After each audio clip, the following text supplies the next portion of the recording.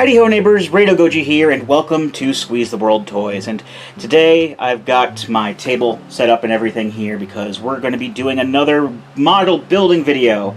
I've even got some nice display, like window dressing here. Got Blitzwing and Blur standing there. We also have the two models I built previously on the show here, the mini Gatai version, micro Gatai versions rather, of Wild Tosai Dodeka King and Q-Reno.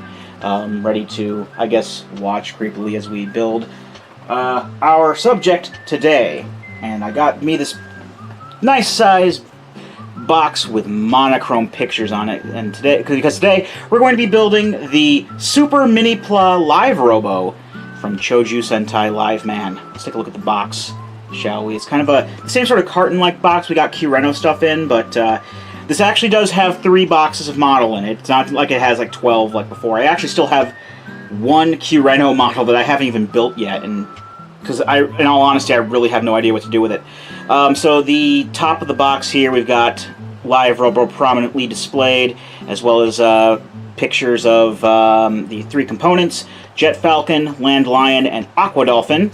And there's a little picture of the Liveman members themselves. The initial 3 Liveman members: Red Falcon, Yellow Lion, and Blue Dolphin. And, similar pictures on the sides and whatnot. So if I can get this centered here, because I'm so good with this angle of camera. There's a better picture of the Liveman members there. And, yeah. So I also do have... because I'm fairly sure that this is going to be like the master grade of Minipla models. That's what I'm assuming, because I have not built any Super Minipla before. I don't really know what the difference between Super Minipla and regular Minipla is. So I'm assuming it's like, like a more detailed with lots of smaller parts and such. So I do have a few tools that I'm going to be using here, if need be. Now, I do know that working with previous Minipla kits, that usually it's set up so that you can easily just, twist out the parts out of the runners with no mess. Unlike Gunpla, where I usually use a pair of these. These are just some nippers. I'll use these when I'm building Gunpla to actually snip out the plastic parts from the runners, because just twisting them out will leave little, bits of sprue hanging off that can, really futz with the build. Again, I don't know if this does that. I can only, just prepare for it, because, like I said, normal Minipla models kits don't do that. But you can never be too unprepared. So I do have these on standby just in case I need them. And because I know through past Minipla builds that most of the detailing is done via stickers, I do have a few tools that I use for applying stickers. I actually started using these sort of things recently when I started putting repro labels on Transformers. So I've got, this is an X-Acto knife here for helping to apply smaller stickers, because the blade is, can cover a smaller area and thus move it on there easily enough. I have these tweezers for most stickers, and I also have a half a Q-tip here, which is good for basically just kind of pressing them in place and making sure that they don't fall off. I've only had a few like repro labels on Transformers, start peeling off in some way, shape, or form. Blitzwing, actually, his visor is like that, but I digress. So let's open the box and see what we got in here. This is very exciting. So it's like an unboxing video as well. That's what I did with the Q-Reno. Now that I think about it, I did the unboxing bits with it too. I got this off of CS Toys, by the way. It was like about 4,000 yen, if I remember correctly. I can't remember the exact price, but it wasn't that bad a price. I normally pay, if I get a full normal Minipla set, I'm used to paying like maybe 30 bucks. So I think 4,000 yen sounds pretty accurate, because that's a little less than 40 bucks in US dollars. So with this being a more like detailed premium sort of product, I expect it to be a little bit more expensive. And indeed, we do have 3 boxes in here, and it is indeed one for each. So we got box number 1 is Jet Falcon. all of the fronts of the boxes look the same, and the backs of the boxes too. Like here's the front of the box. This is actually, you know, all in color now, and you have all the color detailing and whatnot. And that has the name of the component that's inside. I actually wonder if these are going to have like instructions on the sheet rather than being printed on the inside of the box.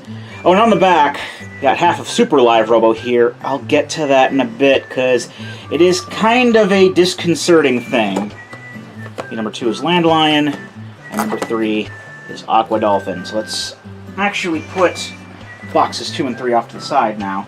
Okay, so let's open up one of these boxes. It's boxing within unboxing. We got it's like a Matryoshka doll of unboxing videos. So we got.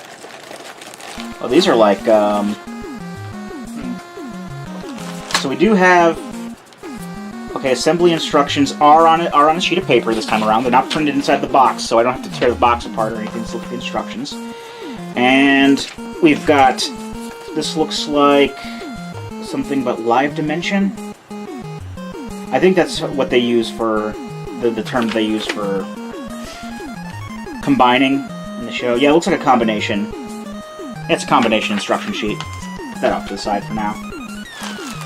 I can already tell the... Oh, there's our candy. We still got candy. Ooh, piece of candy. So of course I'm going to eat that. I like candy toy candy.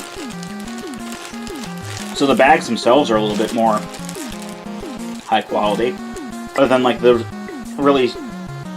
I actually would need to get, you know, like a knife like this to open it, because... Oh, there goes the top of that. Because normally I could just like open these like with no problem on my own, but with these kind of... With this kind of packaging, I do have to kind of cut it open with something. So we got some sprues here. This looks like a stand or something. Has a Liveman logo on there. Possibly because it's Jet Falcon. And you can probably display it on a stand as if it were flying. Oh, this is its own separate pouch. Put them up.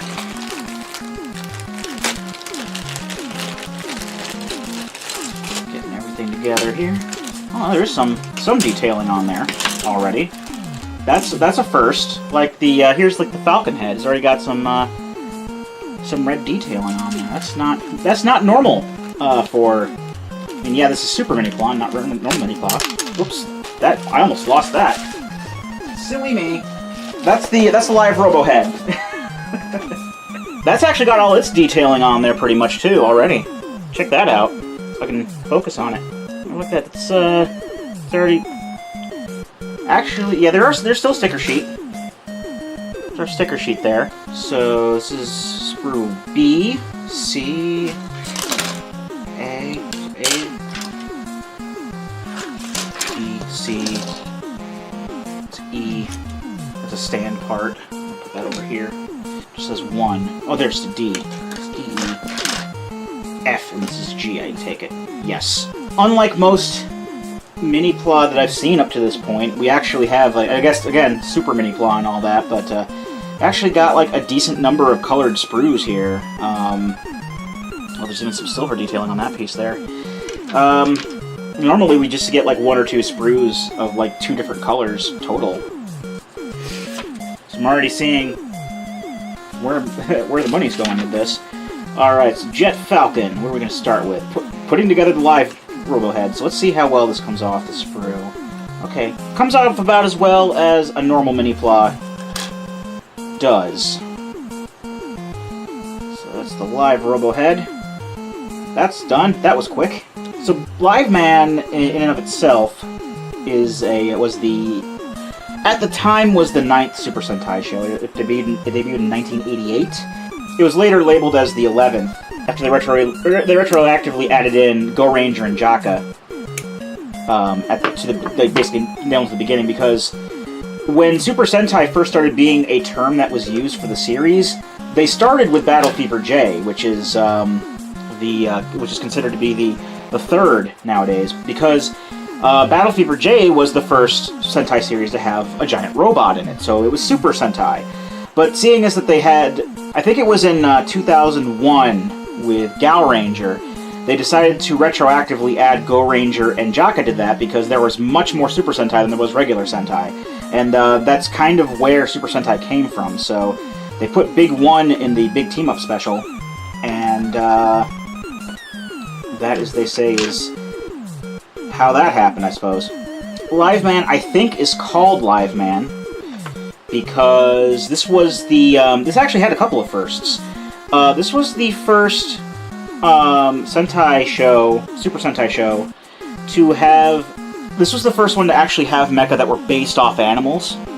I mean, they've had Rangers that were based off of animals, like Sun Vulcan had... its three members were called Vol Eagle, Vol Shark, and Vol Panther. But they still had, you know, normal vehicles as their mecha components, and this was the first one to actually have animals for the vehicles. I need the nippers a lot more than I thought I would. Now, this was also the first Sentai show to have two robots that could full combined robots that could combine into a larger robot itself. That's what the Super Live Robo I pointed out was before. Partway through the series, they got, because they started off, like I said, with 3 members: Red Falcon, Yellow Lion, and Blue Dolphin. And then later on in the series, they got 2 more members: Black Bison and Green Sai. Sai means rhinoceros in Japan. They use Sai more than rhino over there. We need stickers. And they had their own components and their own robot called Live Boxer. And Live Robo and Live Boxer would combine into Super Live Robo. Now, when I first saw this, was a thing, I'm never really tried to get into Super Minipla before, because I always figured it was kind of like a super exclusive thing that would be like a limited release, probably through Premium Bandai, and I'll get to that later. And it's going to be something that, much like many limited releases of things, are going to be automatically sold out, because a lot of the people who buy these things, buy these kinds of limited things, just buy them just to flip them. And most of the time when this sort of thing happens, it's on the second. You can get them on the second-hand market, and their prices are super inflated. Transformers do that too. There are a couple of Transformers figures that I've been looking at, like Titans Return RC and Generation Springer, because I like RC and I like Springer and I want to have the figures of them, but because they are discontinued and RC was a limited release exclusive figure, they're like $80 to $100, and I'm not willing to spend that much on those sort of things. So that's what I figured they were doing with Live Robo. When I first saw there was like a Super Minipla Live Robo, I saw it on HLJ, Hobby Link Japan, and the pre-orders were already sold out on them. So I was thinking, great, that's probably going to be that sort of situation with this. So I was just kind of checking out CS Toys for grins, and I saw that they had these Live Robo Miniplas, Super Miniplas available for a decent price too. And they were like, I think I paid, again, I paid like 4,000 yen for these, which is roughly a little less than $40. And I thought to myself, oh my god, there were a couple of things running through my mind. A, I gotta have this, because I do like Liveman. I like their aesthetic and all that. I like the cut of their jib, I guess you could say. And basically the thought process in my mind was, if I don't capitalize on this and buy this now, I'm never going to see this again in my lifetime. And this is something that I really kind of do want. We're done with the sprue, by the way. So I jumped upon it, and I got it a few days later, and then I was thinking to myself, because I didn't see there was, of course, wasn't like the Super Live Robo picture on there, but I knew that they were going to be, make a Live Boxer at some point. I'm like, it would be really, really cool if I could have a Live Boxer as well. So I did some research the following day, which was yesterday, as of this recording.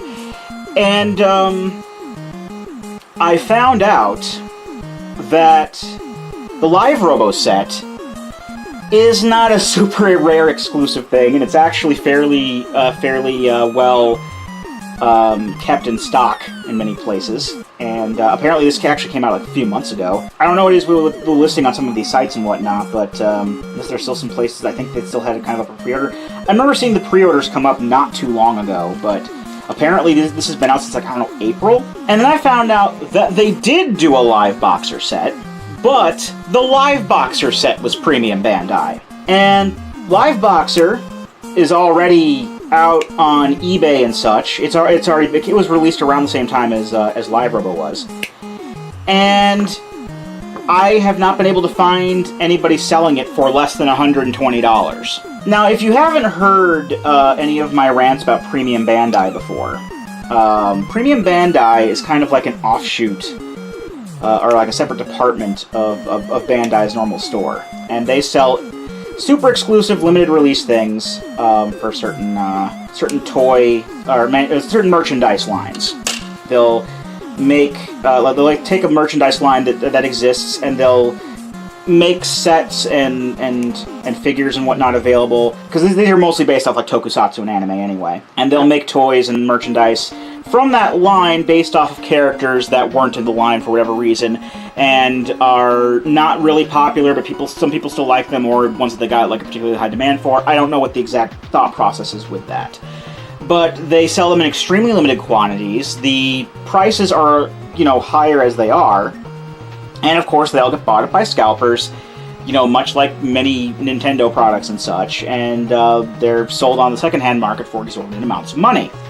Now, I don't know how much Live Boxer was when it first came out, but I am not willing to pay $120 for a mini model kit that, let's face it, is not as big as this one that I spent a third of the price on. Now, of course, I say that now, and more likely what's going to happen is I'm going to cave and spend $120 on Live Boxer, because I'm fairly sure I'm going to want Super Live Robo that badly at some point in the future. But I'm going to try my best to not do that, because that is ridiculous. I do have some Premium Bandai things. Back a couple years ago when I reviewed those Kamen Rider Gaim figures, 3 of them were Premium Bandai. There was the Baron and Zangetsu set, and the Ryugen Yomi they were all Premium Bandai. And they weren't super expensive, but considering how popular of a character Baron seems to be, I'm surprised I didn't pay more for the Baron and Zangetsu set than I did. That's on there pretty good. It's lined up well enough, I suppose. Usually when I apply stickers like this, it's not perfectly professional, but, I do what I can, do the best I can. These stickers are not great quality, because I've put repro labels on so many of my Transformers. I'm used to that kind of quality with the stickers, and these stickers are not great. They curl up quite a bit, and it's not necessarily something I like to see. They're not staying on the tweezers very well either. I'm not usually the best at lining up stuff like this. Haven't had to use the Q-tip yet, so that's good. I'm going to have to put the other... Yeah, the other one's going to go on those parts. Fair enough. Applying stickers is my favorite thing. It's the best part of this process. I lied a lot about that. Sorry about the... I know I'm going to edit a lot of the silence out, but I'm just really focusing on these stickers here, because there's some pre-built in detailing, but not a lot. It's mostly done through stickers again. And I love stickers! I don't like applying stickers when it comes to these kind of models. I actually really enjoyed putting the repro labels on the Transformers, but like I said, the repro labels are of much higher quality than this. I'll tell you that for free, Sonny Jim. Luckily these are going on flat, though. I don't see a lot of the ones that kind of like go around corners and all that.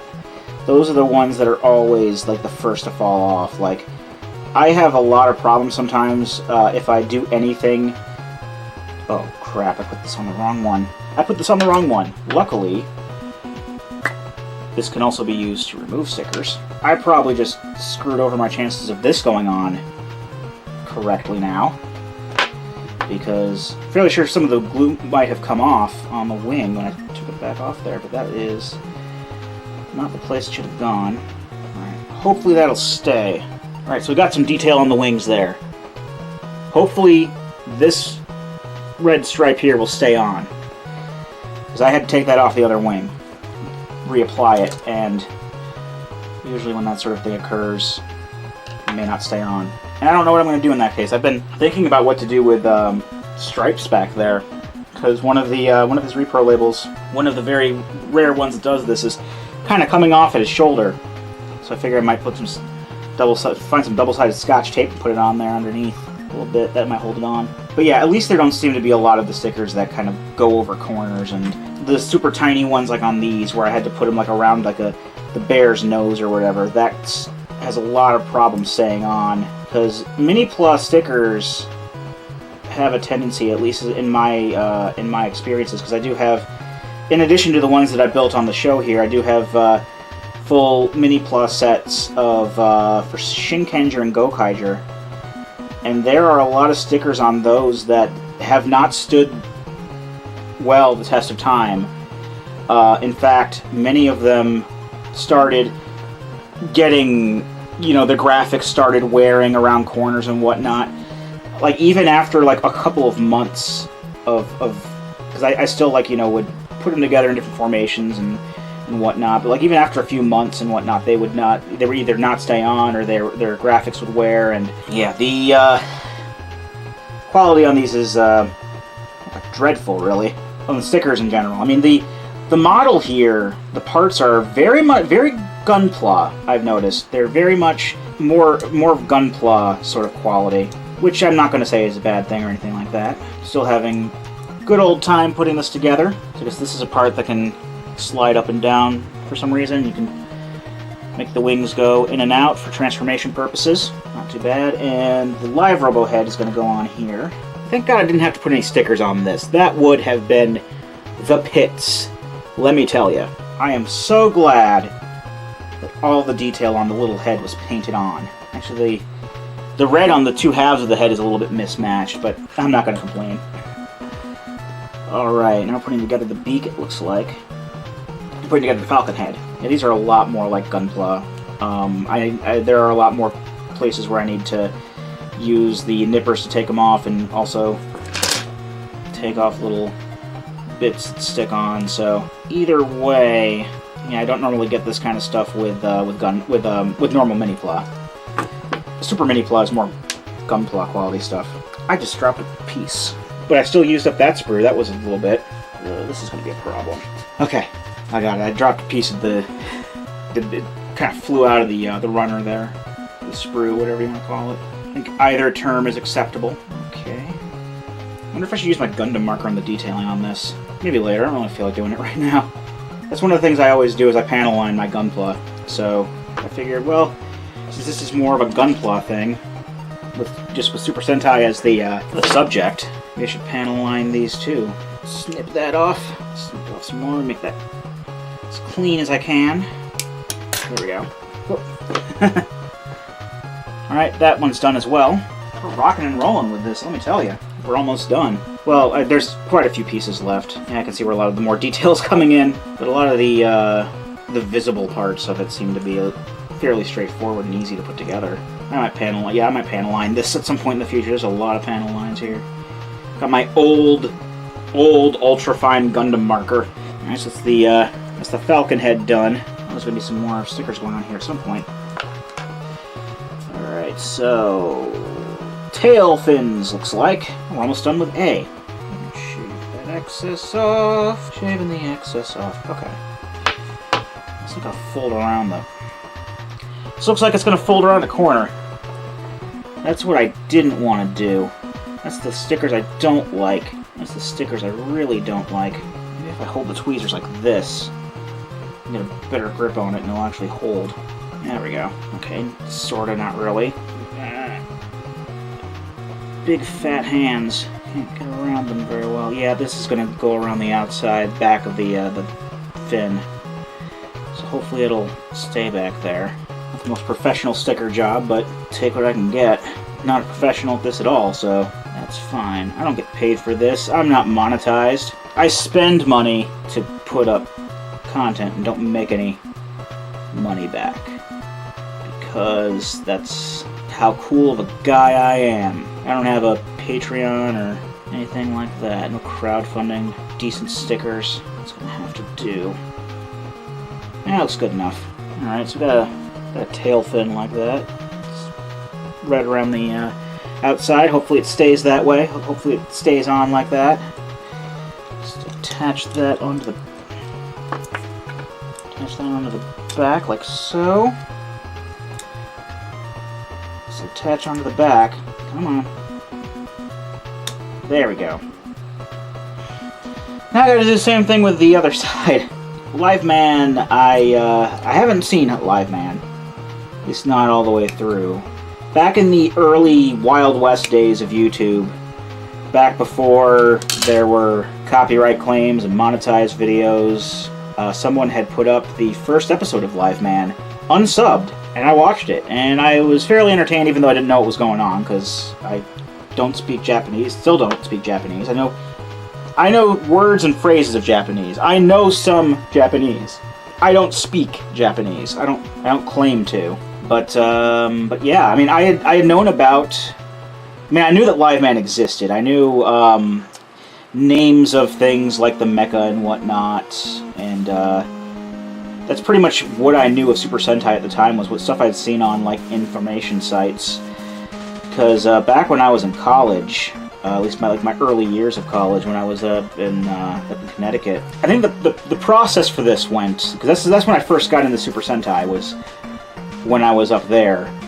And the process for this basically went, I started thinking of Power Rangers again. Because I hadn't seen Power Rangers in years. I never really kept up with it after, I mean, I was still watching Power Rangers back when a lot of people I knew weren't watching Power Rangers anymore because, they figured they were too old and it wasn't cool to be a geek back then.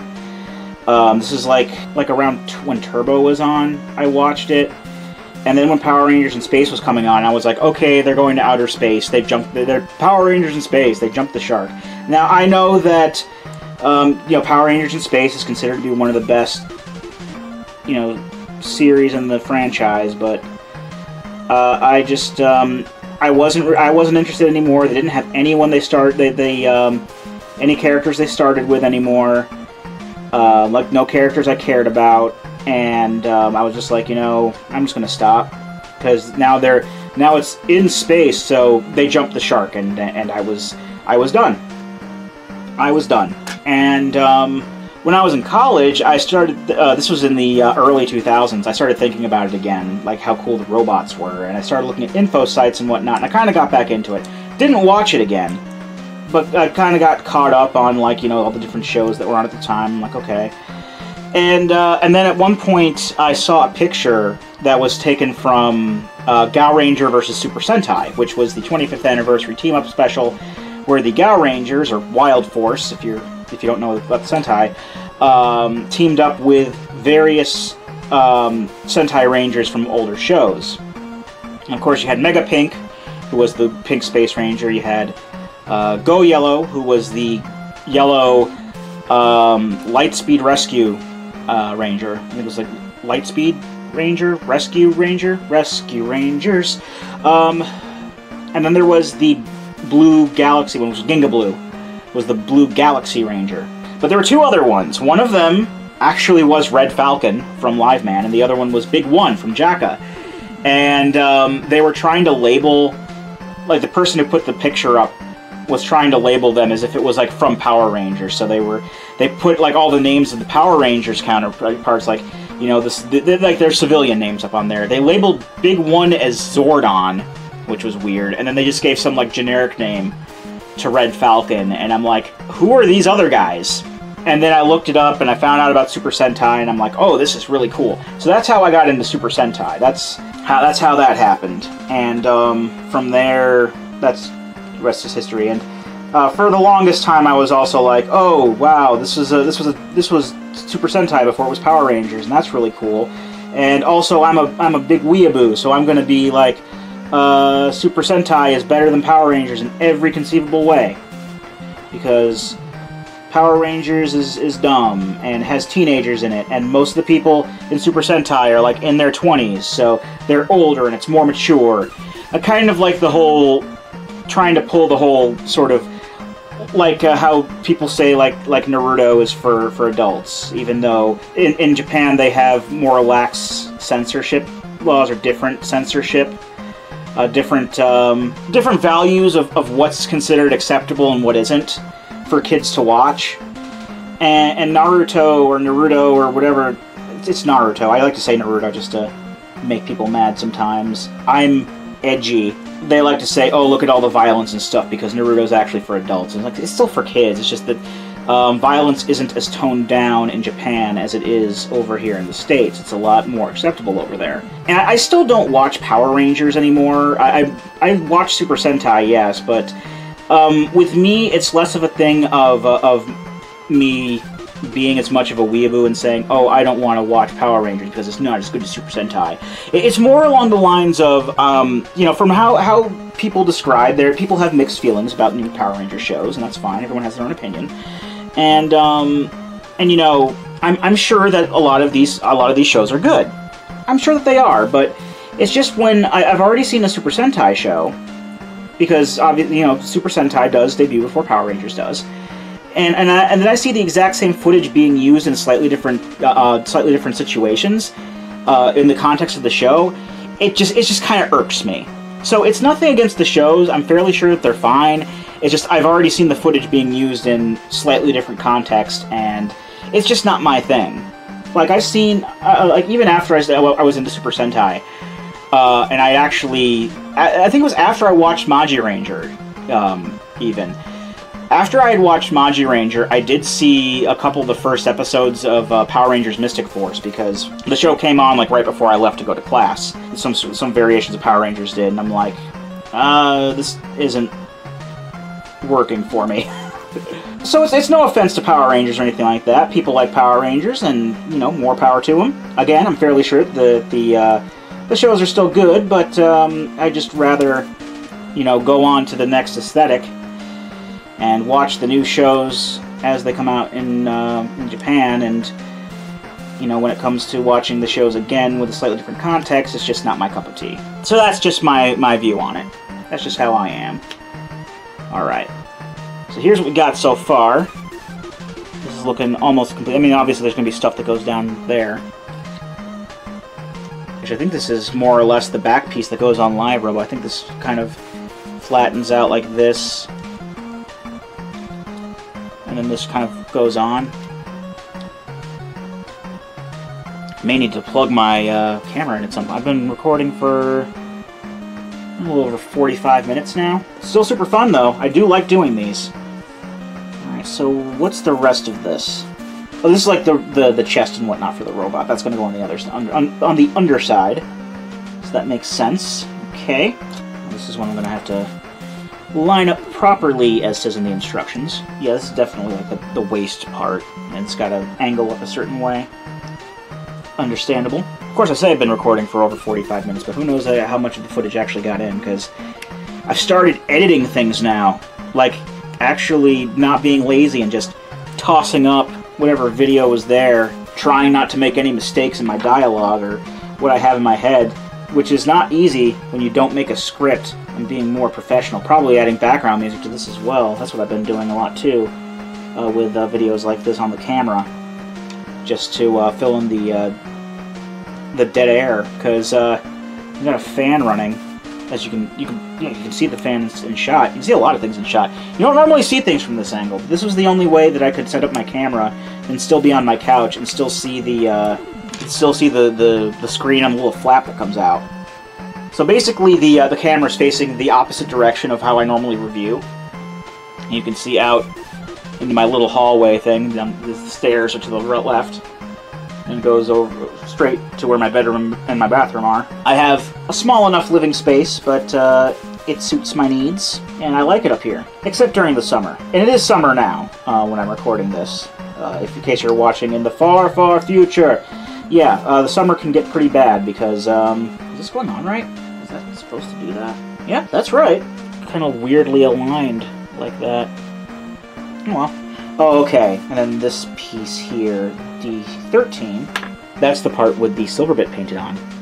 That's going to actually take up that little awkwardly spaced space there. Right, there is still a space, but that looks a lot better. There's the... Oh, the Liveman symbol's got to go on there. It even shows in the little picture Make sure the Liveman symbol is properly aligned. As if you wouldn't know how the Liveman symbol looks, you cretins. I don't know how many people would. I mean, I'm sure that there are Liveman fans, even outside of Japan. I like Liveman. But Liveman was not a Power Rangers, so I'm sure there are lots of people who don't know how the Liveman symbol is aligned. So now we've got the Liveman symbol on there. Good. Good. Symbol is a necessary evil. Stickers are a necessary evil. Good lord. Alright, sprue A is now done. God, I'm probably gonna have to split these up, aren't I? Yeah, these are like full-on models in and of themselves each time. It's not like the other ones where it's like, oh, you can... Well, like, the Micro Gatai ones are way too small. It's like, you can build like all of these in like one freaking video. I didn't expect that. I expected more like that, but then again, I'm not doing Micro Gatai. I'm actually doing like standard size Minipla here. That's actually a first on the channel, because I can never get a hold of standard Minipla, because they're almost always sold out like immediately after their release, because they're just so much more convenient and cheaper than the deluxe, and it makes them that much more appealing. And I used to enjoy being able to get Minipla in the past because not a lot of people went for them. Most people went for the deluxe things, and now like everyone knows. So like ever since I think like Zyuohger, I think, was when they started really selling out like all the time. Or was it Tokyuger? It was one of the two. I actually have never seen Tokyuger. That was like around when I was not actively watching things, because of... It wasn't that I didn't want to, it was because of circumstances beyond my control. But I still have like the clear plastic Minipla sets for Tokyuger. I also have one of the not clear colored ones, but also those were the ones I was planning on getting, and then like I couldn't get like any of the other ones. I don't know if it was because they kept being sold out, or if it was because of I just kind of got away from it for a bit and then tried to come back, and that's usually a big mistake. Oh, I'm gonna use these red bits now. All three of these bits are going to be used now. Oh, this is the shield. Okay, I was wondering how the shield was put on there, because their shield kind of looks like it's part of an elephant head, but it doesn't look like it didn't really look like it had a place to go. But now I do see where it goes. It actually is part of it's part of Red Falcon. So that's kind of weird. I always thought it came out of their base for some reason. And I'm like, why is there an elephant? There's no elephant. Why can't they be consistent? But it doesn't. I don't think it's really an elephant. I mean, it looks kind of like an elephant head with like the ears. Just that doesn't have a trunk on it. But now that I look at it, it's less elephant-like and more like it's part of a bird. So that makes more sense now. I learned things today. Learned more about Liveman than I thought I would. And that's okay. I like Liveman. This is like the only piece of Liveman merchandise, by the way, that I have, unless you count my Red Falcon Ranger key. And I chalk that up more toward Gokaiger than anything else. This is going to look so awesome when it's done. I almost picked up the nippers instead of the tweezers for this. That would have gone over well. Let's shear the sticker in twain. Alright, these are fairly simple to put on, so I'm not going to complain about these. I just like to use the tweezers for that a little bit more stability in applying them. These are going on quite nicely. I also started doing my my Zelda randomizer Let's Play. That's been a lot of fun. I kind of like underestimated just like the kind of just how much fun it was. Just like to take like a game that you're already like overly familiar with and just like change around everything. It's like a brand new game. It's very, very exciting. I'm really having a blast with it. As of this recording, the first part's up now. I'm going to be editing the second part today. Maid Village has 3 dungeons in it. That blew my mind.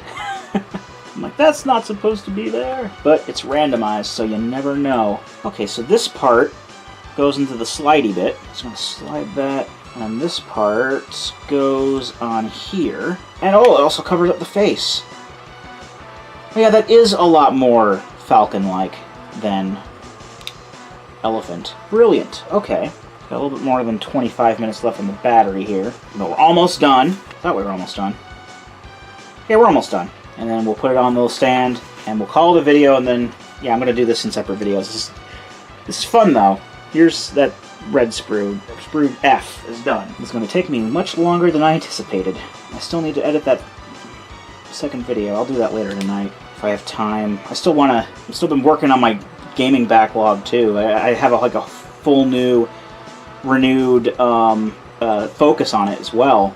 Although I also have, like, because I know it's my backlog, but the game I'm currently playing is the Mega Man X Legacy Collection, because I do have games, like if there's a game coming out that I'm super excited about, I'll preemptively put it on my backlog list and I've labeled them as new challengers, because like as soon as they come out, I'm dropping everything and playing them.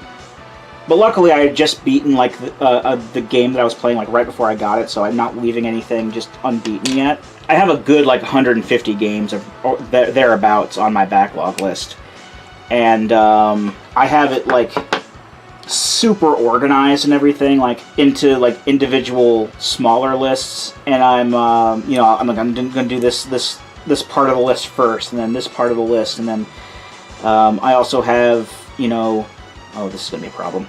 So there's these two parts here. They're it's kind of hard to put the peg in the hole because of how everything is kind of shaped.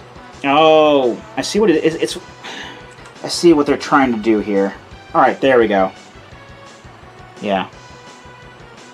And my camcorder just went down to 6 minutes.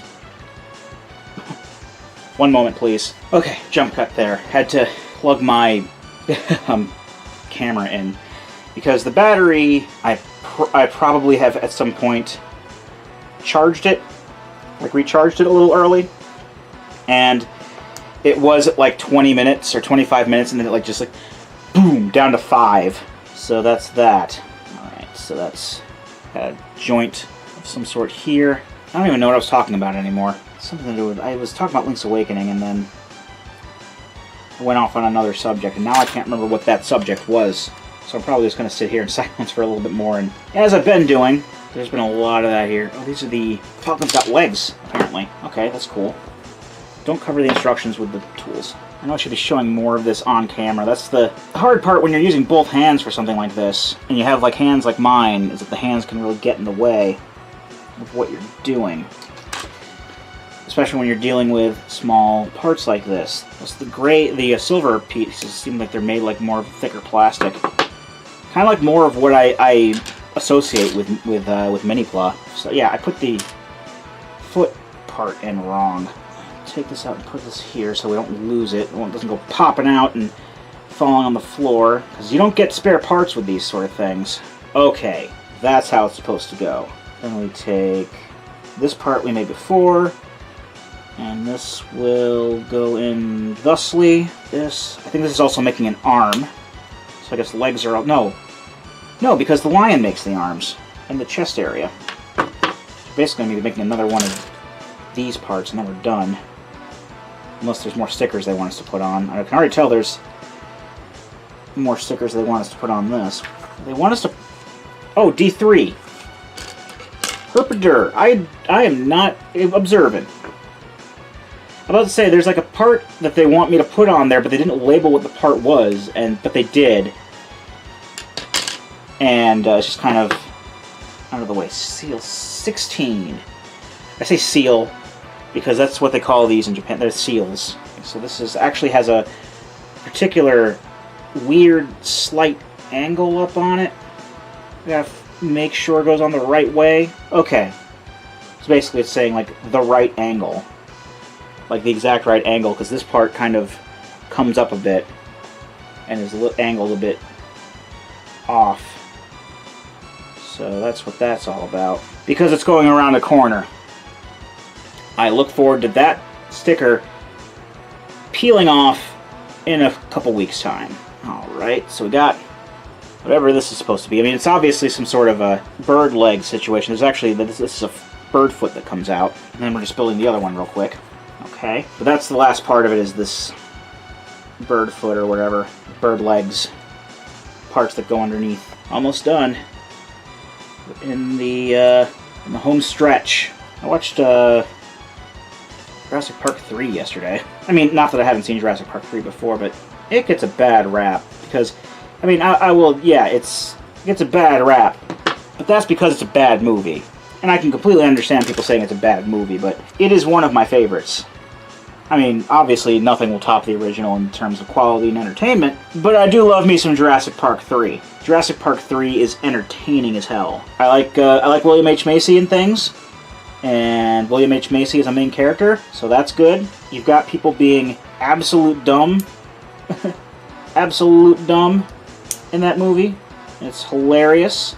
Although no T-Rexes. Well, there is a T-Rex. It's like a baby T-Rex. Yeah, I should have just put this in the other way, because that was easier when I did it the first time. No, I don't think I can. Okay, I can. We got 2 components to go. Again, not that I'm not having fun with this, but yeah, William H. Macy's in it, and also has people being dumb for comedy's sake. And it's great. You also got to see a lot of dinosaurs you didn't see in other movies, like there's Ankylosaurus that walked by at some point.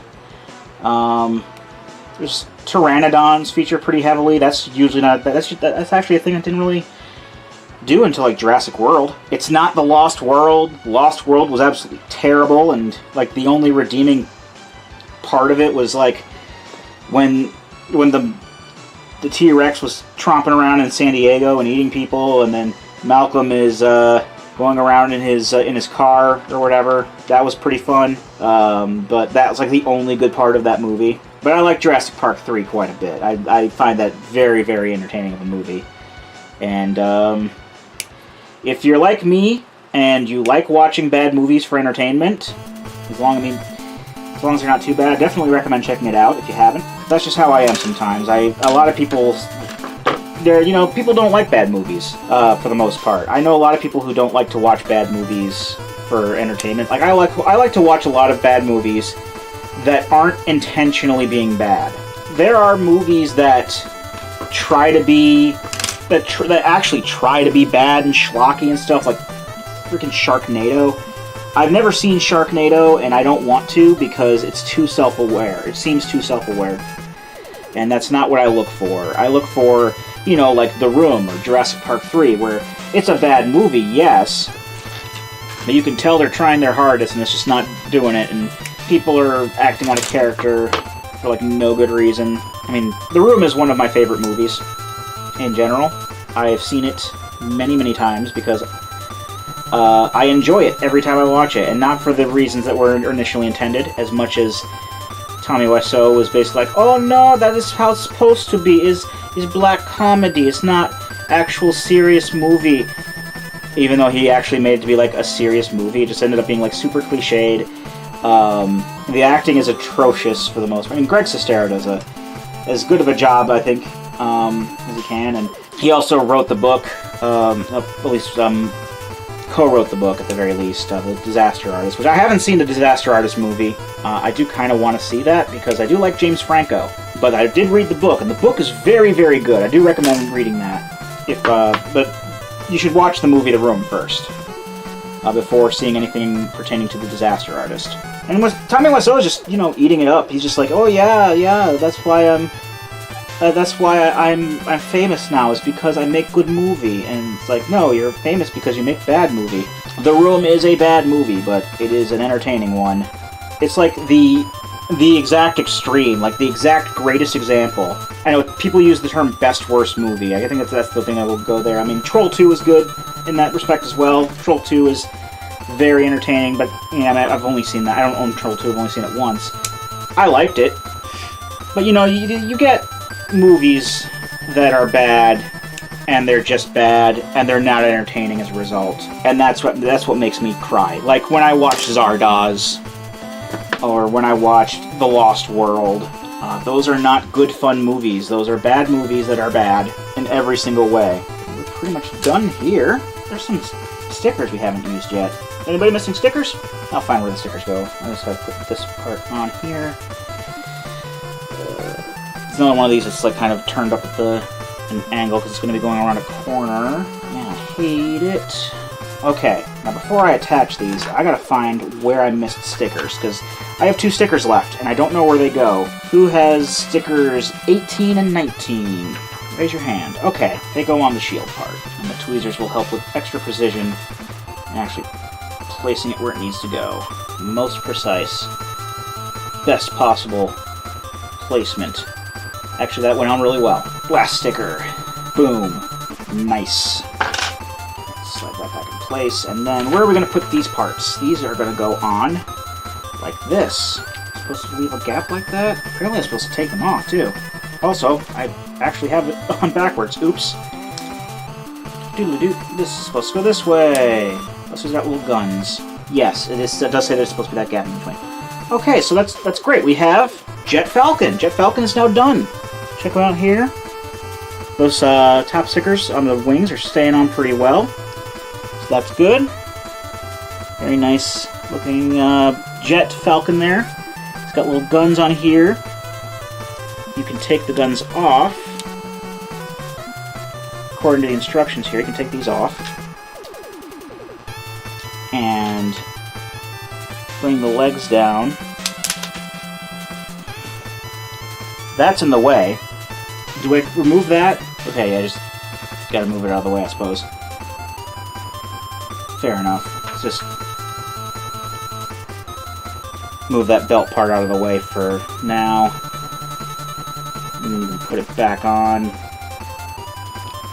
Make sure it's on correctly. And you can tight joints here, but fold out these bird feet like these. So it's like that. That's pretty cool. I'm going to put them back, though. I'm going to put the guns back on, because I don't want any pieces just lying around while we're working on other things. That would be terrible. So we're going to have these little guns out like this. This is really neat looking. And of course, we do have the stand here for him. So that just goes on like so. Hopefully I don't bend it up. Put it together like that. An idiot. Putting it on incorrectly. Am I putting it on incorrectly? No, it goes on like that. Oh, no, it's just angled. Okay.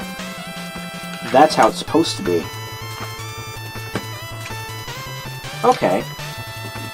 And there's a little hole underneath, and you can put the stand on him. Put him on the stand, rather. And there you go. That's Red Falcon. Not Red Falcon. Jet Falcon. Red Falcon. Actually flies Jet Falcon. And that is really cool. And I like it a lot. I'm just going to put him back here for now. And when we return, in the next video, we'll start our work on Land Lion. So, until then, I've been Radio Goji, and I'll be here next time. Join me, won't you?